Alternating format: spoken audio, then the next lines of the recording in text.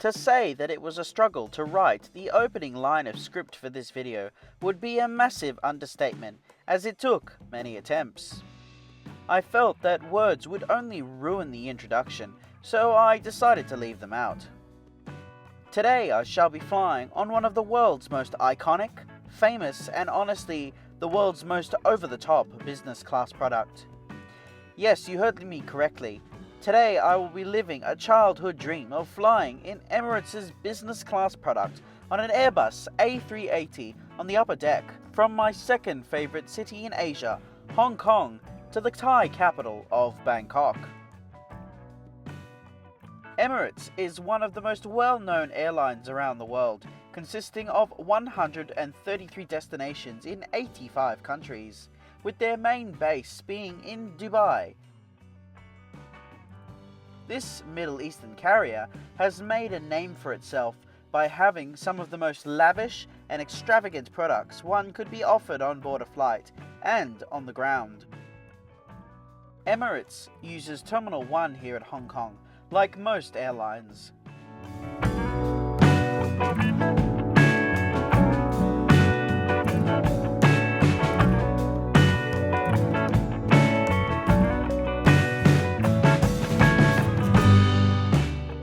They currently use the Gulf check-in desks here, with dedicated lanes for each class of travel, with some including those with status.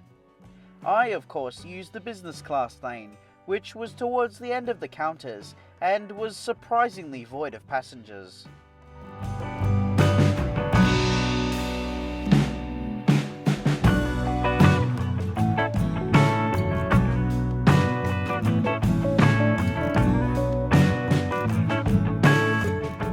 Once my bag was checked in for my flight and I had received my boarding pass, I made my way towards security, which conveniently wasn't that far away.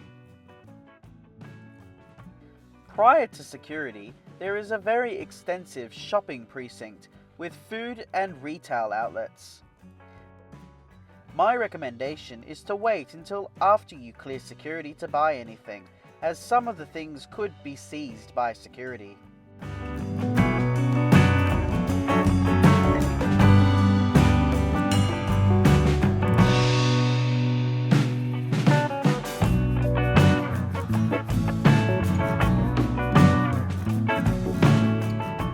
After I had cleared security and immigration, instead of continuing straight ahead to duty-free like I'm used to, I made a sharp right towards the first of two lounges today. Holding an Emirates business class ticket here at Hong Kong gets you access to two lounges, of course the Emirates Lounge and the Qantas International Business Class Lounge. I decided on the latter to begin with. The Qantas Lounge here in Hong Kong is located directly above Gate 5, with entry based on Qantas status, holding a One World business class ticket, Sapphire or Emerald status, and all Emirates business and first class passengers. With roughly 21,500 square feet of space, there was more than enough room for everyone. In fact, up to 300 or more guests can be accommodated at any one time. The entire lounge is along one main corridor, with the bar and seating on one side and bathrooms, showers and the buffet on the other. The seating situation is very extensive, as the lounge faces towards the west over the northern apron. Nearly every single seat was a window seat. There is also a buffet in the back corner with great choices. However, for those that want something more substantial, there is the plate of the day, which in today's case was the wonton noodle soup, stir-fried beef with noodles, or barbecue pork. As I wanted to keep my stomach as empty as possible, I only opted for light bites. But one of the friendly staff insisted on a glass of champagne, and upon asking their recommendations on the best food in-house, they said the caramel cheesecake, which I wasn't going to say no to. Later, I opted to try the cheesy potato bake with a noodle and tofu salad, which was pretty good. However, I found the salad to be very difficult to pick up with my fork. Another staff member approached me and asked me if I would like a pork bun, which looked and tasted incredible. For those wondering, the sauce was a balsamic vinegar reduction. Lastly, I decided to have a berry pavlova shot, which was soft and sweet, with more of a strawberry flavour rather than a raspberry one. The lounge also has 12 private shower suites, which are nicely appointed. They feature a sink, toilet and a walk-in shower that has a glass shield. These suites are on a first-come, first-served basis and have all the essentials one would need. Not realizing the time, and with approximately 1 hour left to go until boarding, I quickly proceeded towards the next lounge. After security is the usual duty-free shopping precinct with high-end luxury items such as Gucci, Louis Vuitton, Rolex and more. I've stated this fact in previous videos, but in order to transport passengers from the security checkpoint to the outer gates, there is an automatic people mover located on the very bottom floor. The train can carry up to 7,200 people an hour and stops at the Midfield Concourse and Sky Pier Terminal, with the journey taking approximately 3 minutes. Heading back up to gate level, I turned left after reaching the top of the escalator towards gate 40. Emirates, of course, operates its own lounge here in Hong Kong and is both a business class and first class lounge, available only to Emirates passengers. Upon entering the lounge, you'll find a long corridor towards the main seating. According to the Emirates website, this lounge has 634 square meters of space, only being recently refurbished back in March. There is a formal dining area, lounges, tabletop benches and couches in the back. All seats are covered in a luxurious cream leather, which reminded me of my old couch back at home. Just like in the Qantas Lounge, all seats feature a fairly decent view outside, as there is no real roof to the lounge, excluding the terminal roof. One thing about Emirates I have found is that no matter what, you will not go hungry, as there is a DIY buffet with a wide selection of gourmet hot and cold options available. Alcoholic beverages are also available and are on the other side of the lounge by the buffet, with a decent selection of spirits, wines and champagne. All of this is usually self-served. However, one lounge staff member, who I believe was trying to make this a little bit more special for us, decided that she would do all the pouring.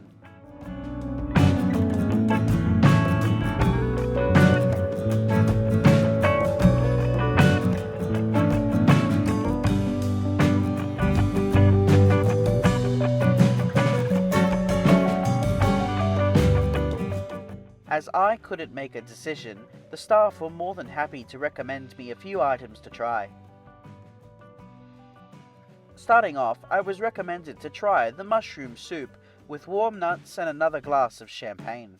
The mushroom soup was absolutely fantastic, reminding me very much of the beef Wellington I made at Christmas last year. Next, I was told to try the chili scallops and a medallion of beef with roasted potatoes and pickled veggies. My only criticism of this course is that the beef was a little bit more on the medium side, but was still incredible. Next, I opted for a creme brulee, which needs no explanation. Lastly, I was given an orange-flavoured date, and I was offered some Arabic coffee, but I declined as I wanted to get some sleep when I got to Bangkok, and looking back on the moment, I should have definitely had some coffee. There is a plethora of different private rooms for work and relaxation available, and with Emirates' Muslim ties, there is also a prayer room. There are also private shower suites, with towels to be made available upon request, just like in the Qantas Lounge. I might be biased, however, being an Aussie, but I personally prefer the look of the Qantas shower suites more. Unfortunately, my time in this amazing lounge had come to its end, as boarding for my flight had just been called.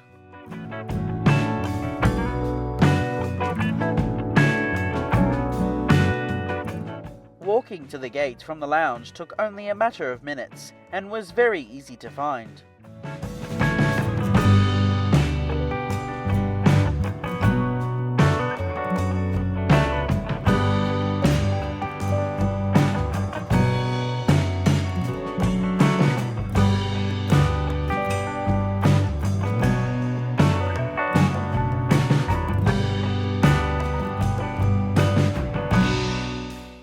Upon arriving at the gate, I got a proper glimpse of the aircraft that'll be flying me to Thailand, which today is an Airbus A380, registered as Alpha 6 Echo Oscar Oscar. She was built in Toulouse, France, being delivered brand new to Emirates in September of 2015, making this aircraft 9 years old.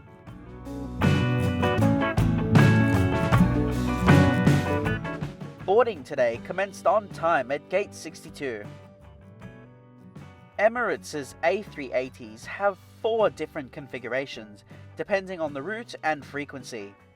This particular aircraft is in a 4-class configuration, with 14 first-class suites in a 1-2-1 layout, 76 business-class seats in a 1-2-1 layout, 56 premium economy seats in a 2-4-2 layout, and 338 standard economy class seats in a 3-4-3 layout, bringing a grand total of 484 seats on board. Upon entering the massive aircraft, I was greeted by the purser by last name, without her even viewing my boarding pass, which was insane. Today I shall be seated in 23 kilo on the right hand side.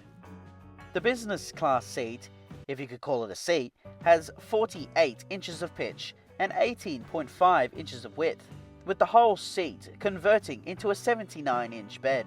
There is a fairly large and heavy wooden tray table that folds out from the side console. However, it does not fold in half and does limit movement once extended. Due to the aircraft's shape, on the opposite side is 2 fairly small storage bins, perfect for a laptop or the mattress and blanket that came with the seat. Above are individual reading lights, air vents, and a flight attendant call button. In front is a literature pocket containing a safety card and a magazine. However, as my seat is a bulkhead seat, there is a large selection of magazines in front. Above the tray table are the controls for the seat. Above this is a mini iPad-like device which controls the TV, but I could never get mine to detach from its power socket. Below this is a very large storage area, perfect for menus, amenity kits and other small items. Next to this is a more secure storage area, which I used for my passport, boarding pass and gimbal. Below this is a minibar with 3 bottles of water and a few packed snacks. Adjacent to this is a small handheld control for the entertainment screen, and above this is another individual reading light, 2 USB ports, a universal power outlet and a headphone jack. Awaiting at every seat is a soft and fluffy pillow, as well as a mattress topper and a blanket. And finally, waiting at each seat during boarding were slippers and eye shades, which were incredibly soft. So on first impression, holy they gave me a menu which has a bunch of different stuff, and they also gave me a glass of champagne, which, oh yeah.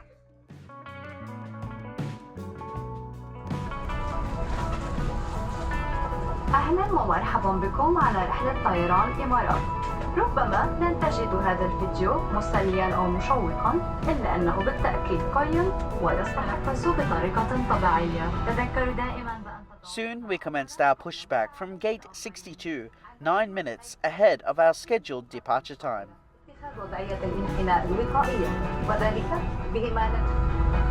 And like this, if you're holding an infant. Well, lean forward with your arms tucked under your legs, like this. There are life jackets under or to the side of your seat. Or to the nearest exit. Take off high-heeled shoes before you use the safety slides. Thank you for your attention. And if you need a reminder of any of the safety steps, you can check with And lots of Thank you, mate. activities to explore. Challenge yourself with one of our fun games. Or play against someone else. We taxied to runway 7 right via Bravo 7, Bravo, Whiskey, Hotel and Juliet 1. How fast we're flying and when we'll arrive. Prepare for departure.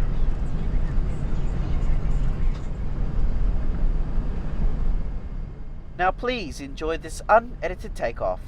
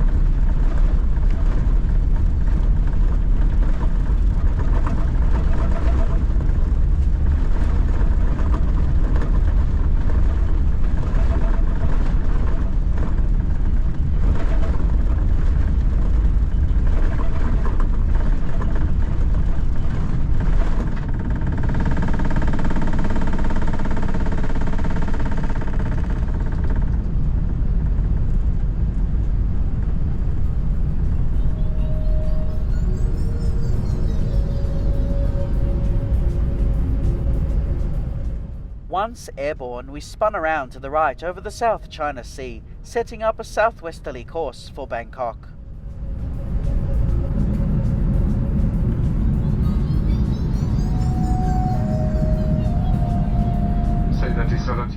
Flight time tonight is 2 hours and 41 minutes, covering a distance of 1,169 miles or 1,881 kilometers, cruising at 40,000 feet. During our initial climb, we flew directly over the city of Hong Kong, and specifically down below was Hong Kong Disneyland, which tonight was beautiful, lit up in vibrant colors. On the back of every business class seat is the ICE, or Information, Communication and Entertainment System, displayed on an 18-inch screen. In addition to a vast content library of 5,000 plus different films, TV shows, albums and more, it includes a huge variety of information about flights, connections, the aircraft and more. Of course, it also lets you view any one of the 3 cameras on board, including the iconic tail fin camera. Waiting at every business class seat during boarding was an a la carte menu featuring a massive selection of different food, drink and alcohol. On the menu today for mains, we had 3 options: filet mignon, chili prawns and a lamb makbous. Please pause the video at any point to review the menu options.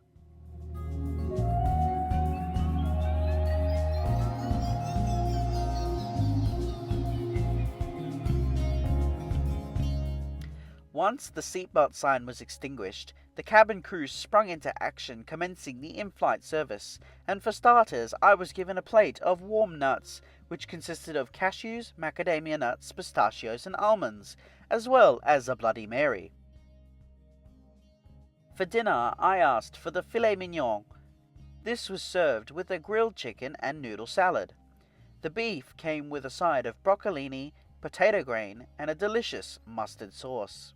For dessert, I asked for the cheese board, as I thought it would pair nicely with the wine that I was served, which was a French wine and was very delicious. On board the aircraft are 15 bathrooms and 2 shower suites, being for first class. The business class bathroom is absolutely stunning. This particular one was in the center of the aircraft, however, outboard bathrooms feature windows. Inside is a wide variety of different amenities, such as creams, sprays, towels, and of course the toilet itself, which had Emirates' iconic wood veneer lining it.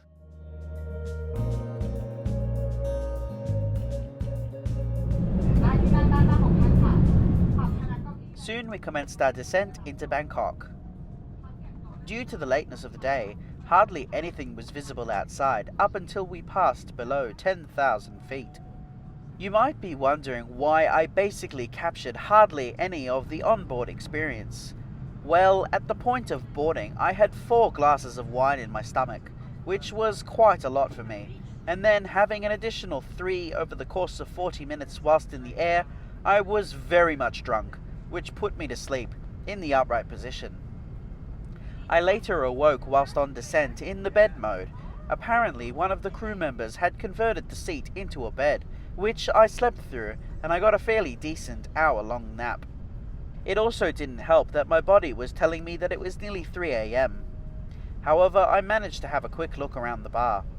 The onboard bar and lounge is located at the rear of the business class cabin, and access is limited to those in first and business class. There is also a plethora of different snacks back there, and I must say the blueberry cheesecake was phenomenal. Now please enjoy this unedited landing.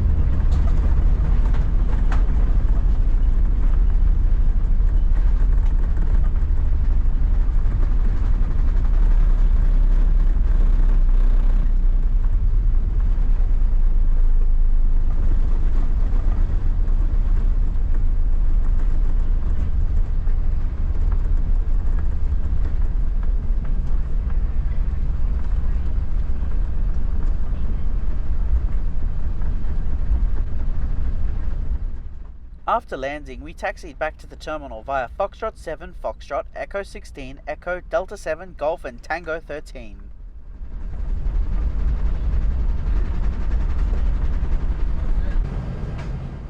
We pulled into gate Echo 8, 33 minutes ahead of our scheduled arrival time.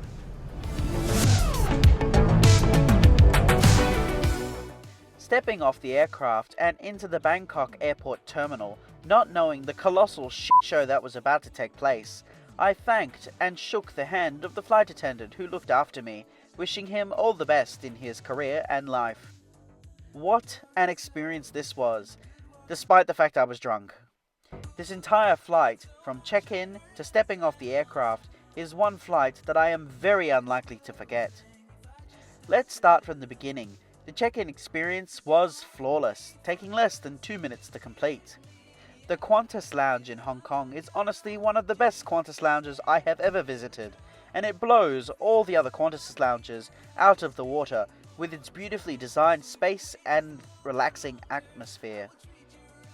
The Emirates Lounge was equally as amazing, however I did feel a little underdressed for such an occasion. Maybe if I wore a blazer I would feel a little bit more at home.